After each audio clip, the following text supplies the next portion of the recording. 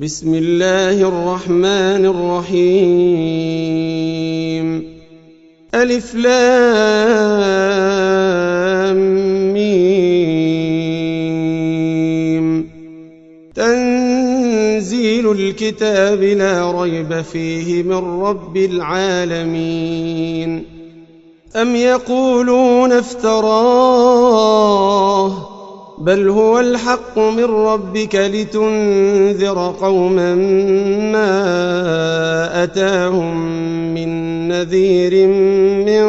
قبلك لعلهم يهتدون الله الذي خلق السماوات والأرض وما بينهما في 6 أيام ثم استوى على العرش ما لكم من دونه من ولي ولا شفيع أفلا تتذكرون يدبر الأمر من السماء إلى الأرض ثم يعرج إليه في يوم كان مقداره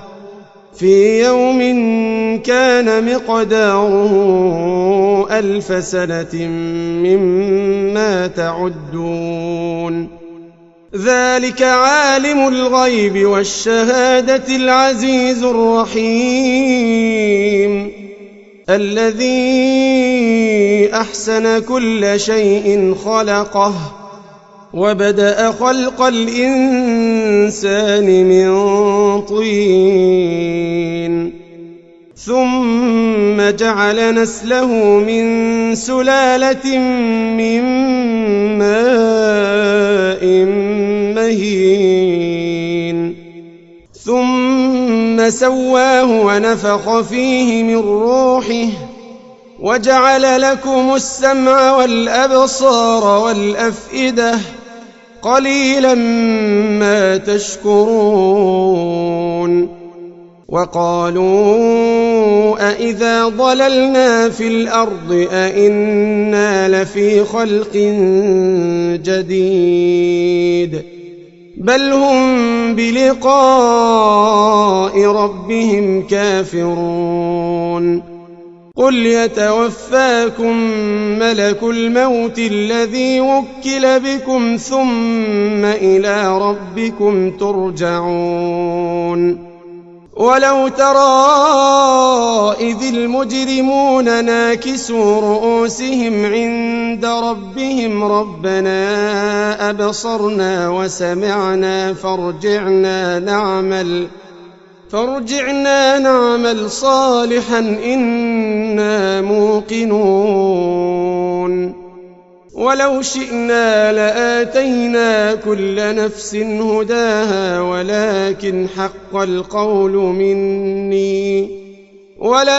حق القول مني لأملأن جهنم من الجنة والناس أجمعين فذوقوا بما نسيتم لقاء يومكم هذا إنا نسيناكم وذوقوا عذاب الخلد بما كنتم تعملون إنما يؤمن بآياتنا الذين إذا ذكروا بها خروا سجدا وسبحوا بحمد ربهم وهم لا يستكبرون تتجافى جنوبهم عن المضاجع يدعون ربهم خوفا وطمعا ومما رزقناهم ينفقون فلا تعلم نفس ما أخفي لهم من قرة أعين جزاء بما كانوا يعملون أفمن كان مؤمنا كمن كان فاسقا لا يستوون أما الذين آمنوا وعملوا الصالحات فلهم جنات المأوى نزلا بما كانوا يعملون. وأما الذين فسقوا فمأواهم النار كلما أرادوا أن يخرجوا منها أعيدوا فيها وقيل لهم ذوقوا عذاب النار الذي كنتم به تكذبون. ولنذيقنهم من العذاب الأدنى دون العذاب الأكبر لعلهم يرجعون. ومن أظلم ممن ذكر بآيات ربه ثم أعرض عنها إنا من المجرمين منتقمون. ولقد آتينا موسى الكتاب فلا تكن في مرية من لقائه وجعلناه هدى لبني إسرائيل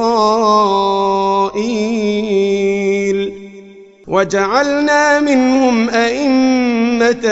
يهدون بأمرنا لما صبروا وكانوا بآياتنا يوقنون. إن ربك هو يفصل بينهم يوم القيامة فيما كانوا فيه يختلفون.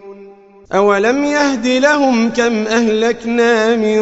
قبلهم من القرون يمشون في مساكنهم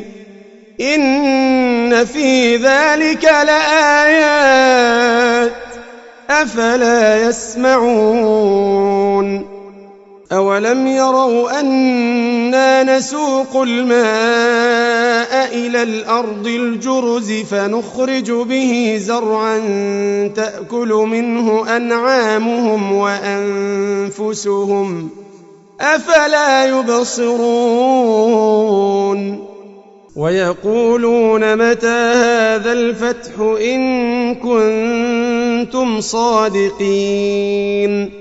قل يوم الفتح لا ينفع الذين كفروا إيمانهم ولا هم